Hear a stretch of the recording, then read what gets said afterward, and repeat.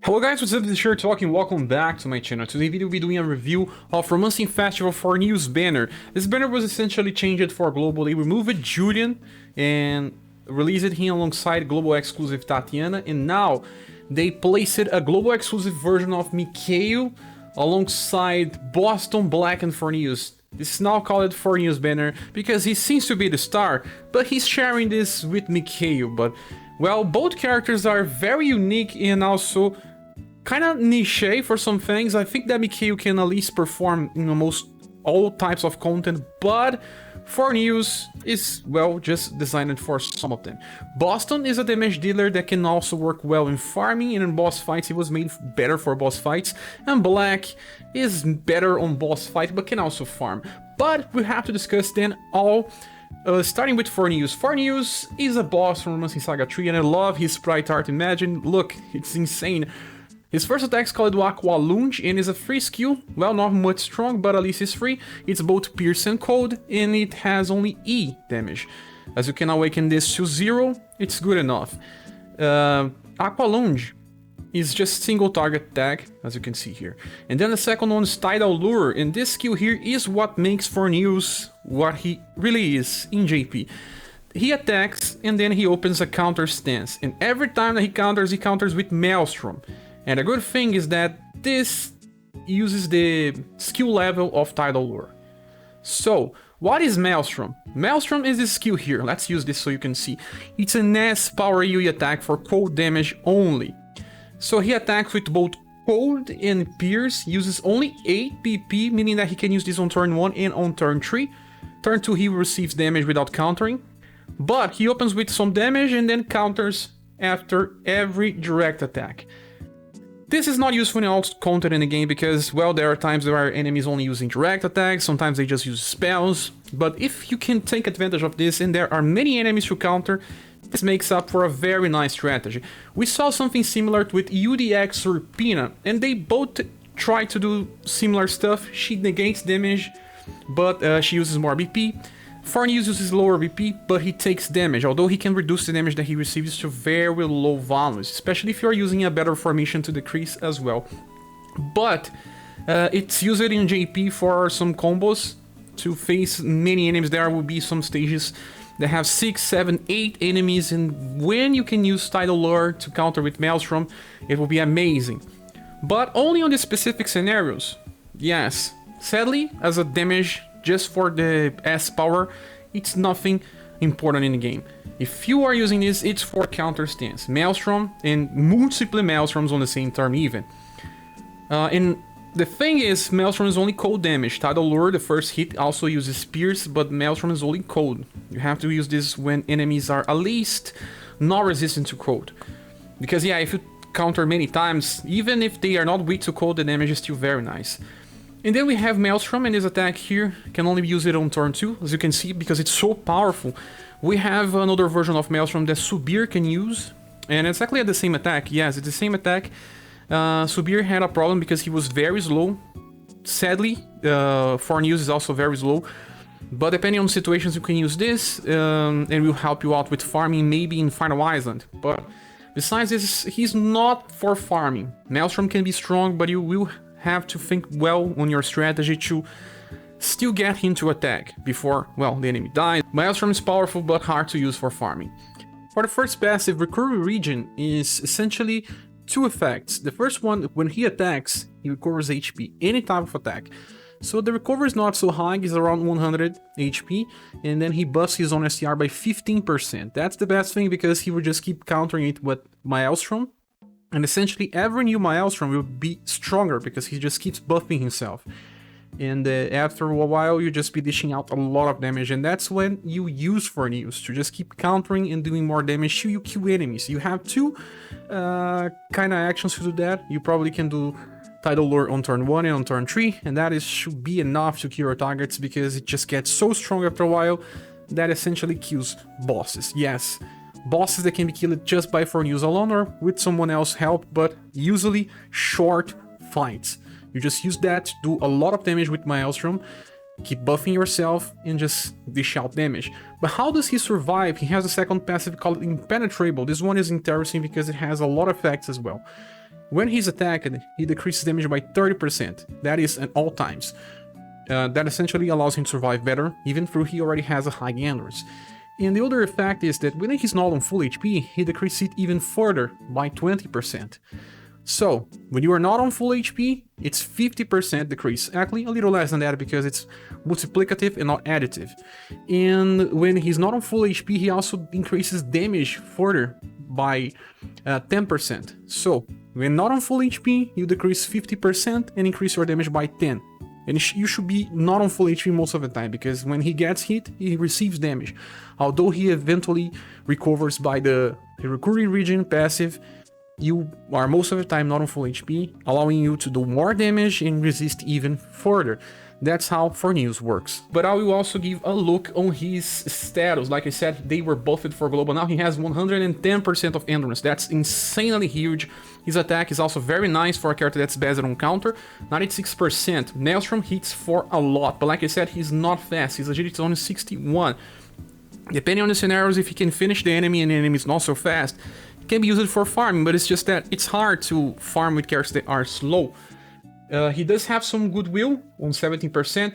His endurance is the highest in the game so far. Mac can get more endurance by long fights because he keeps buffing his endurance.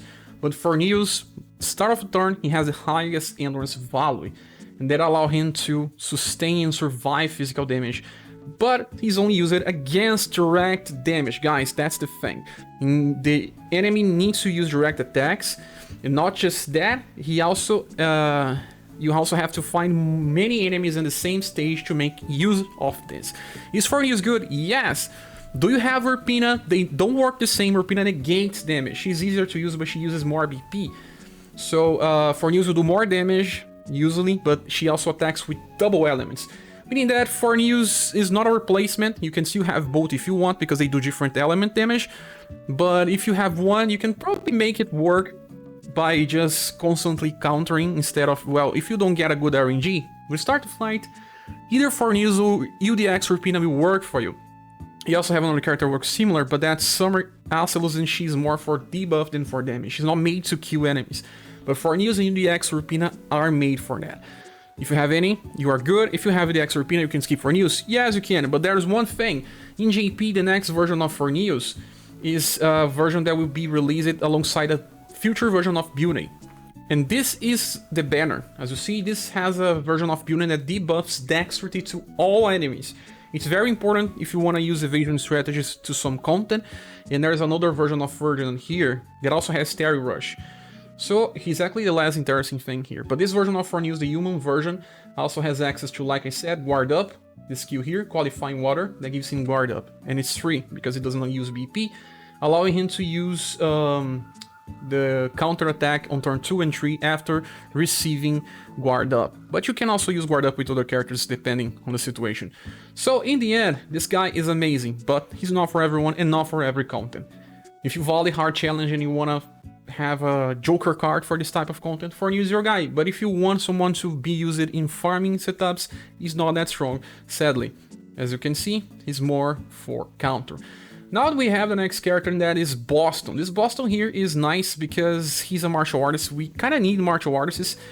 The first skill is called Suplex, and it's not bad, but also nothing spectacular. It's 8 damage with 6 BP. If you remember correctly, we also have 8 damage with 5 BP with Liza, but she has delay, so that makes more sense. And she's better on this because you can kind of decide when she goes to attack, because delay helps deciding that with martial arts, because you want to use Den on the agility position on Rainbow Rangers or in the Rapid String, but we don't have 5 good martial arts to use Den unless you chase it all of them. And it has a chance to inflict stun, but you should not mind about this. Damage is okay, nothing spectacular. If you have Boston, you are not here because of Suplex.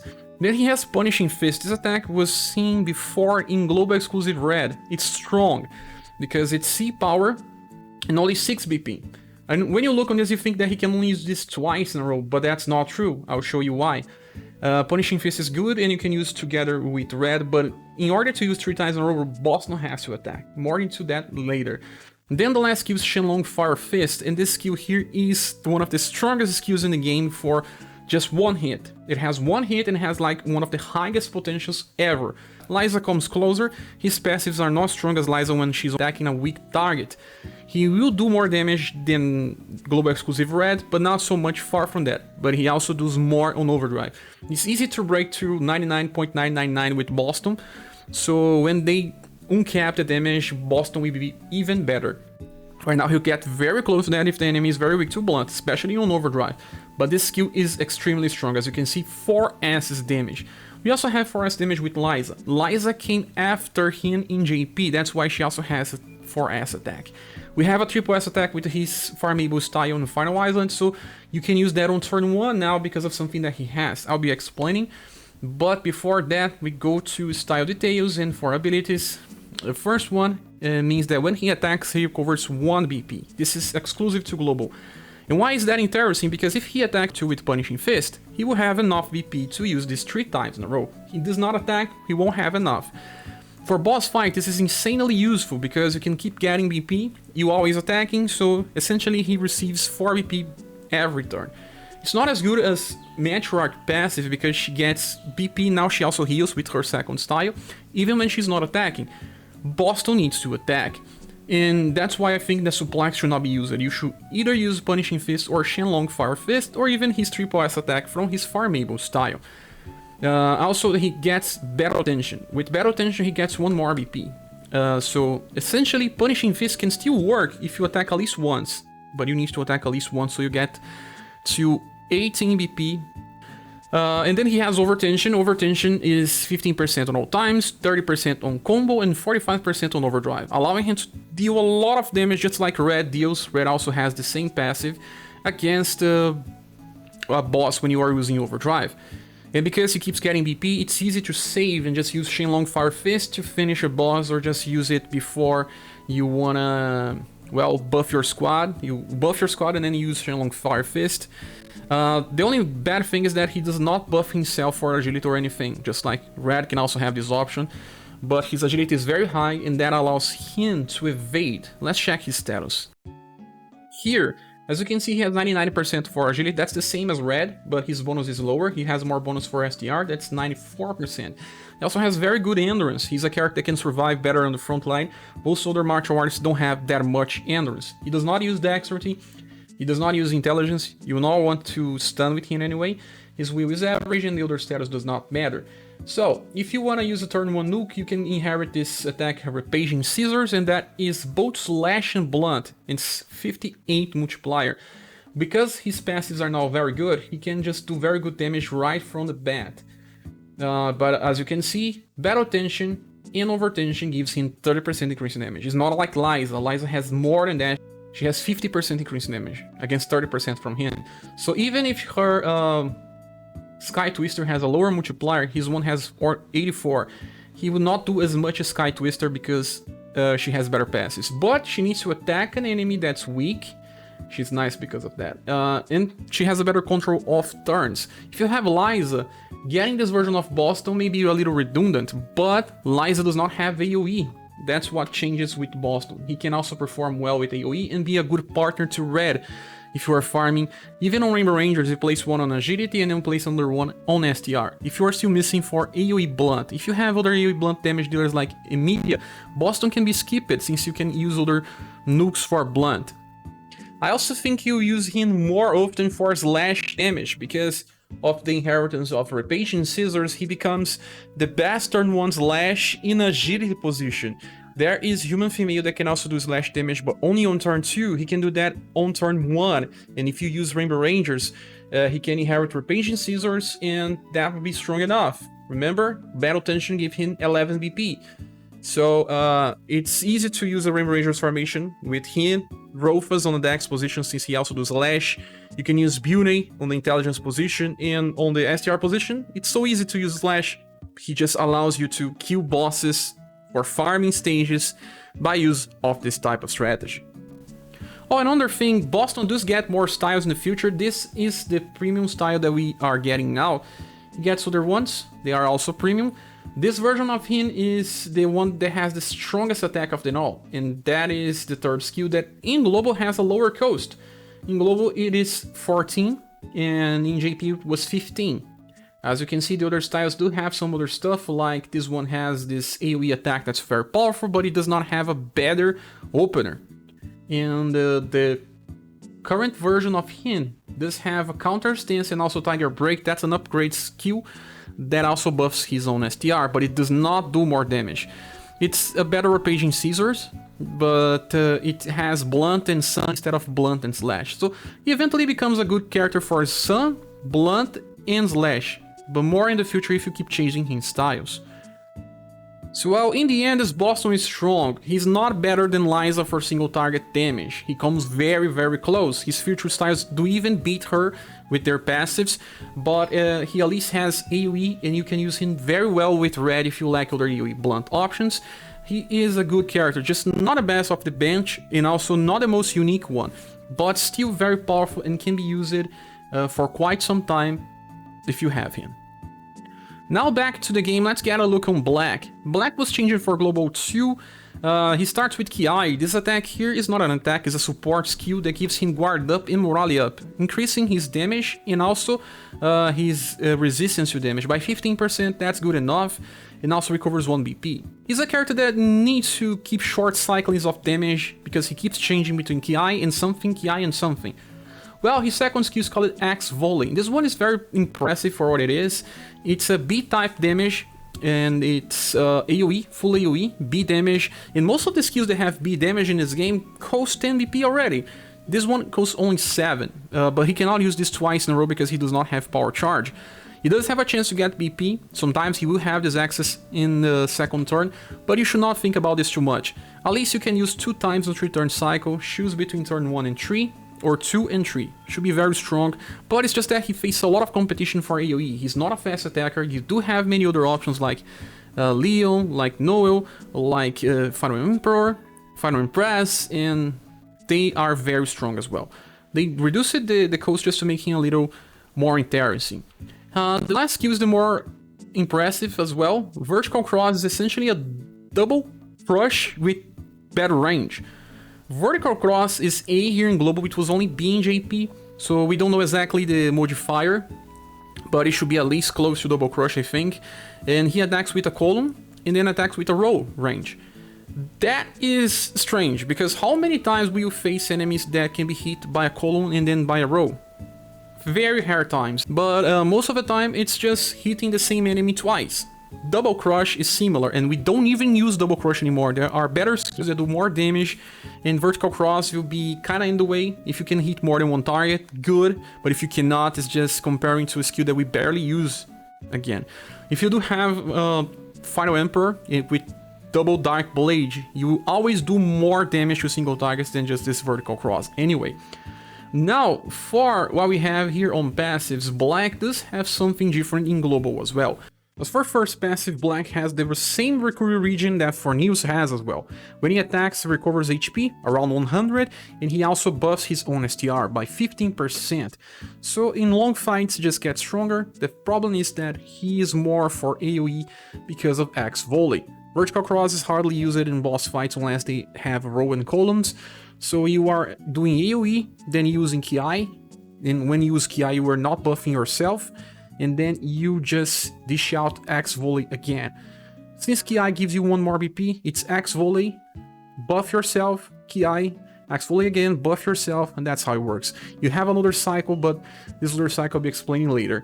Breath of Vitality gives him a high chance to recover HP, that is 40% to recover around 500, and also recover his BP by +1. So eventually he gets more BP than he needs, and that allows him to do better cyclings.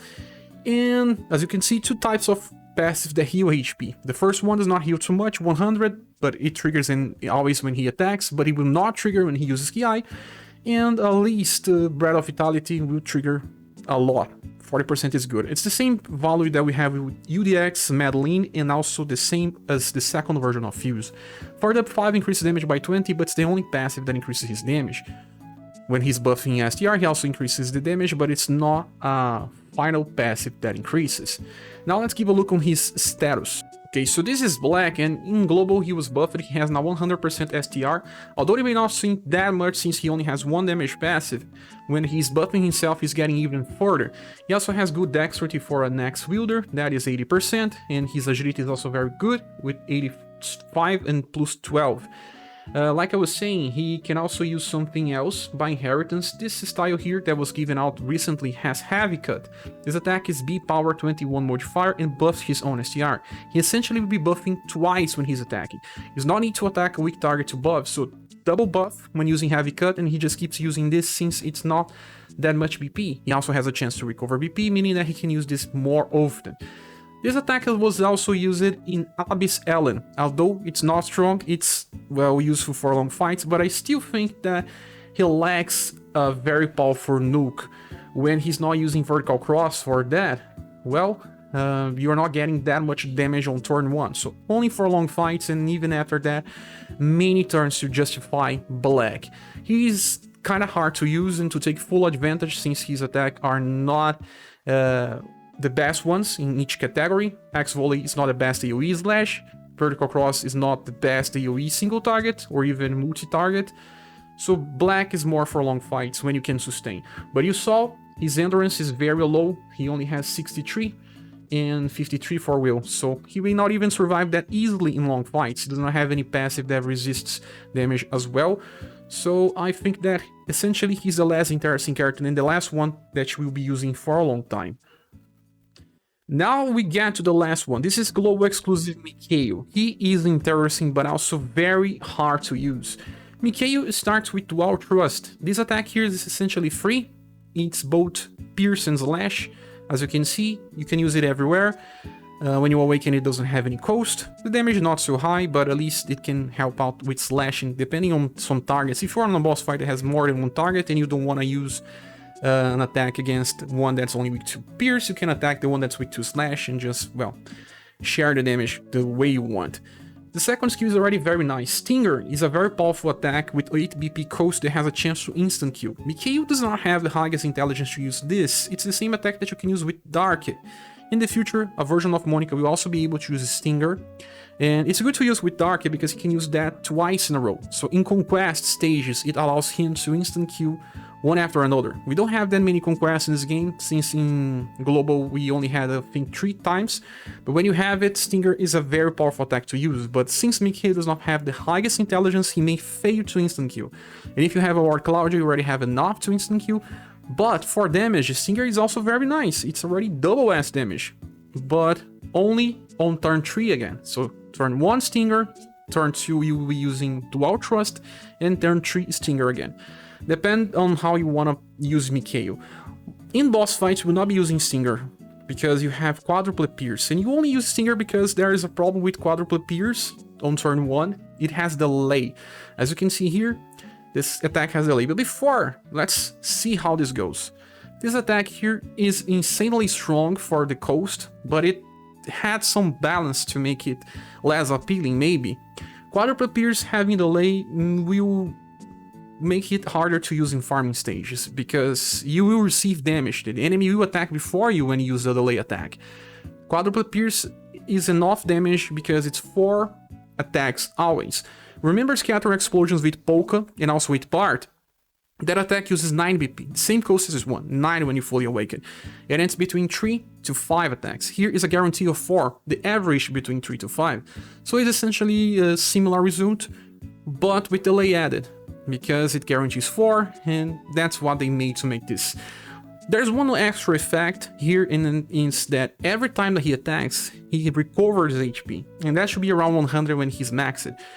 So he receives back 400 HP by attacking, and this does not cost too much. You can use this every 3 turns, meaning that in boss fights he just buffs himself back and heal after some time.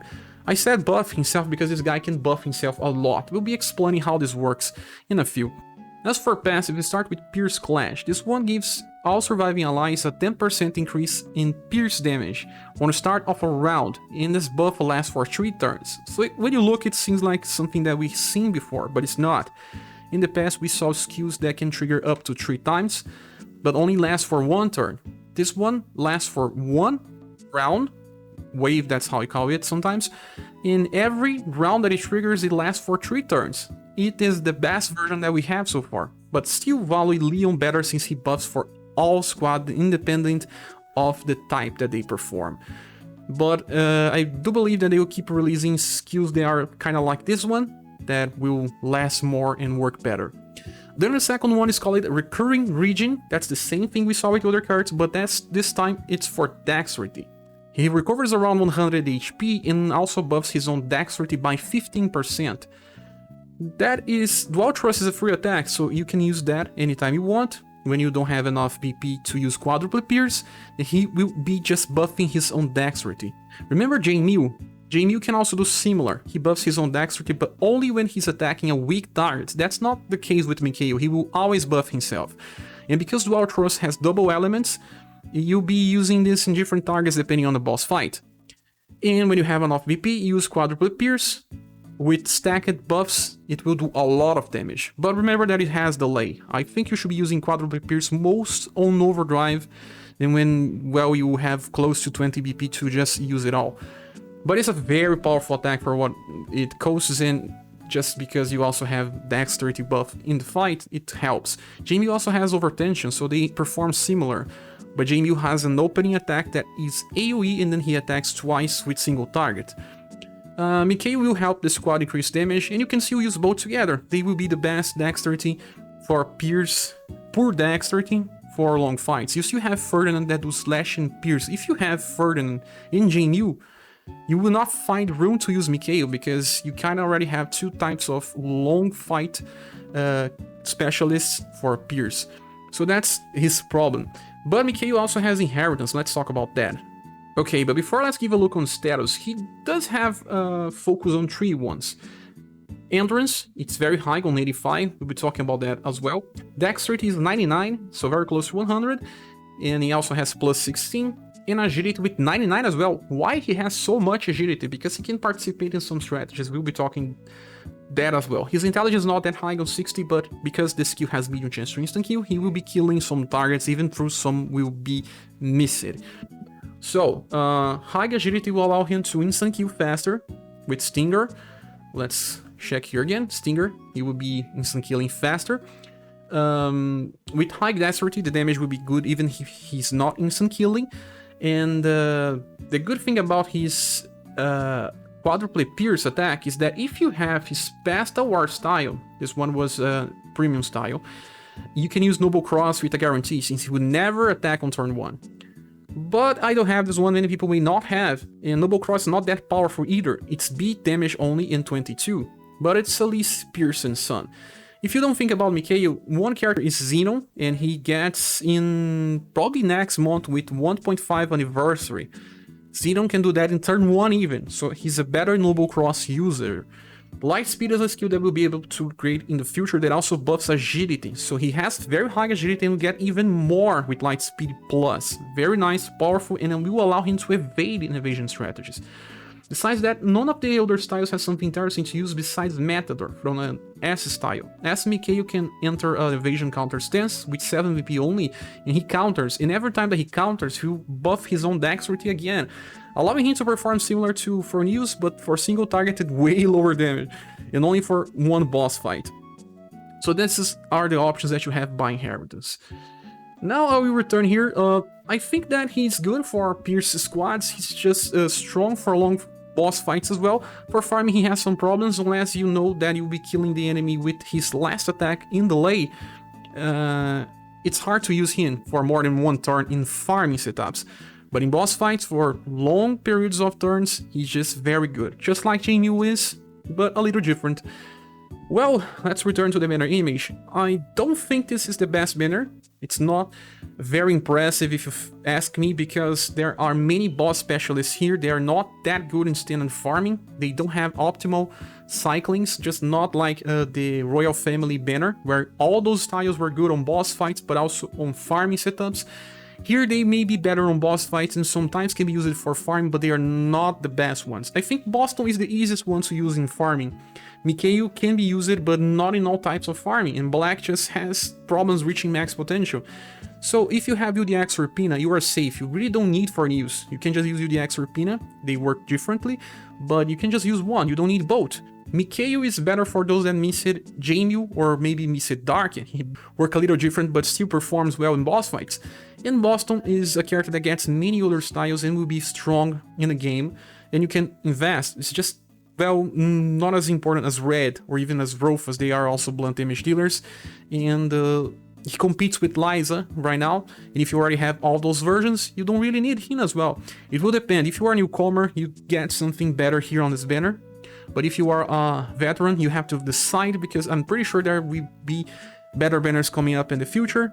But if you are lacking boss specialists, here's your chance. That's it, guys. Thanks so much for watching. Please subscribe if you haven't. If you want to support the channel, there are links here in the description of the video. Hope to see you all soon in the next one. Bye.